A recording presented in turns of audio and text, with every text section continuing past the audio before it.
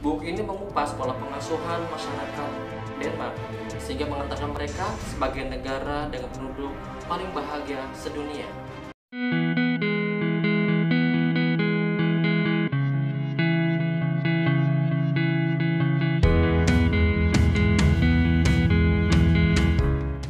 Sobat Literasi, Denmark merupakan negara yang dalam survei kebahagiaan sedunia menempati posisi teratas selama puluhan tahun. Pertanyaannya adalah apa yang menyebabkan mereka menempati posisi tersebut? Nah, buku ini mengungkap rahasia yang dilakukan masyarakat Denmark selama bertahun-tahun sehingga masyarakatnya selalu bahagia. Sebelum kita lanjut untuk mereview buku ini, yuk kita klik subscribe, like, and share untuk mendapatkan video-video terbaik berikutnya. Dan subscribe itu gratis. Oke, buku ini ditulis oleh Jessica Jolie Alexander dan Iben Bissing-Sandal. Ya, buku The Danish Way of Parenting ini mengungkap rahasia orang Denmark dalam membesarkan anaknya. Nah, kedua penulis ini merangkum pola pengasuhan masyarakat Denmark dalam satu kata, yaitu parent. Nah, ini sebuah akronim. Parent itu adalah P-nya itu play, A-nya itu authenticity, R-nya itu reframing, E-nya itu empathy, N-nya aja no ultima, dan T-nya ada togetherness. Nah, parent inilah yang digunakan dan diterapkan oleh masyarakat Denmark dalam pola pengasuhan anak-anaknya. Play. Jadi ternyata Sobat Literasi, masyarakat Denmark itu sangat menaruh perhatian besar terhadap play. Kenapa? Play atau bermain dianggap sebagai suatu fenomena, suatu peristiwa yang membuat anak-anak mereka menjadi tangguh. Kenapa? Dalam bermain, kita mungkin memandang bermain adalah sebuah kegiatan yang biasa saja. Tapi bagi seorang anak, bermain merupakan sebuah kegiatan yang sangat penting.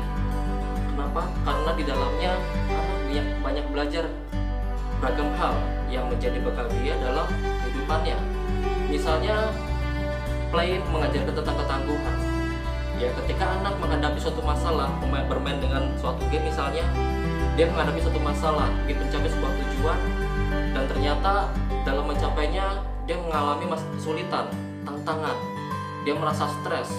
Nah, dengan cara seperti itu anak coba untuk menguji kemampuan dia dalam menghadapi masalah, dalam menghadapi tekanan.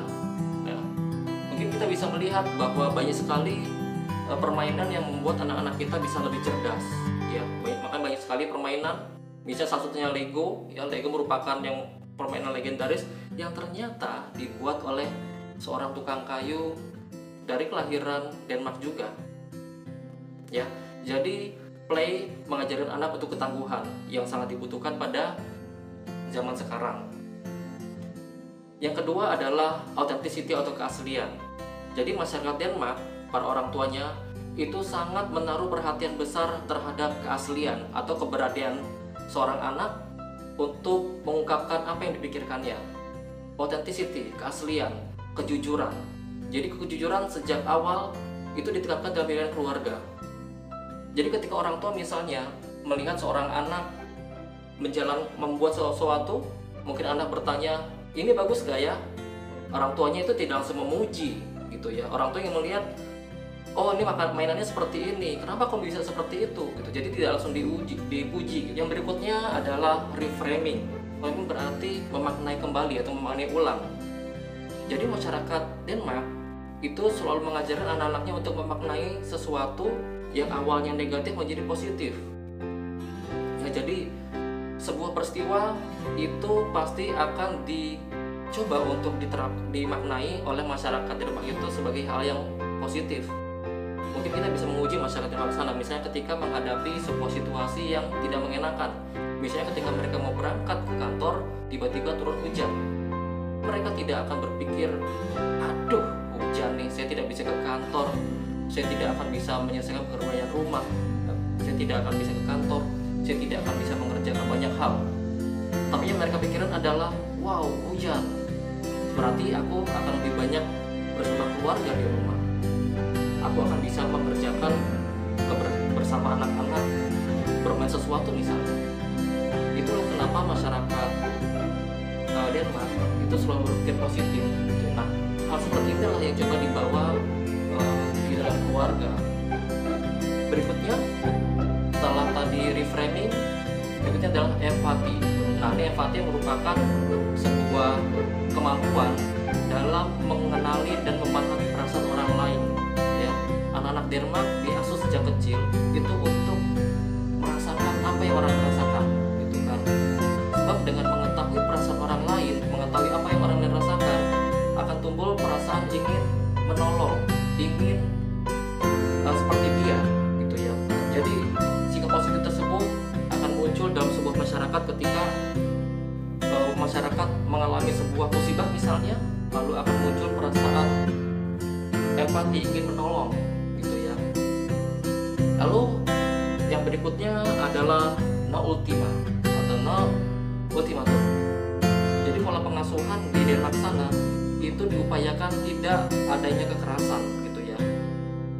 Semua anak baik, semua anak ingin melakukan suatu hal yang positif, gitu ya. Tapi ketika mereka tampak kelihatan misalnya nakal atau tidak berbuat sesuai dengan keinginan, itu jangan buru-buru dianggap sebagai suatu hal yang tidak baik atau nakal, gitu ya. Ingat, suatu perbuatan itu dinilai dari perbuatannya, bukan orangnya. Lalu bagaimana caranya supaya mereka tidak melakukan ultimatum atau marah, gitu ya. Jadi yang pertama dilakukan oleh orang tua sana adalah anak diberitahu tentang sebuah peraturan, gitu ya. Ketika anak tahu tentang peraturan, anak tersebut berusaha untuk mematuhinya. Kalau tidak, juga jangan buru-buru dimarahi. Orang tua akan menunjukkan, ini loh caranya supaya sebuah peraturan itu berjalan dengan baik. Nah, yang berikutnya adalah togetherness atau kebersamaan, ya. Kalau dalam istilah Denmark itu ada istilah hagu. Hagu itu adalah kebersamaan, santai bersama-sama. Jadi ini merupakan tradisi atau budaya yang digalakkan di masyarakat sana. Ketika suasana itu mereka menciptakan sebuah suasana yang santai, gitu ya, tidak ada konflik, tidak ada pembicaraan yang mengarah kepada perbedaan, gitu ya. Jadi masyarakat sana senang berkumpul-kumpul, gitu kan, minum teh bareng-bareng, kopi bareng-bareng bersama anak-anak, bermain, nonton game atau nonton TV, gitu ya, dan tidak membicarakan hal-hal yang sifatnya bisa merusak bersama tersebut.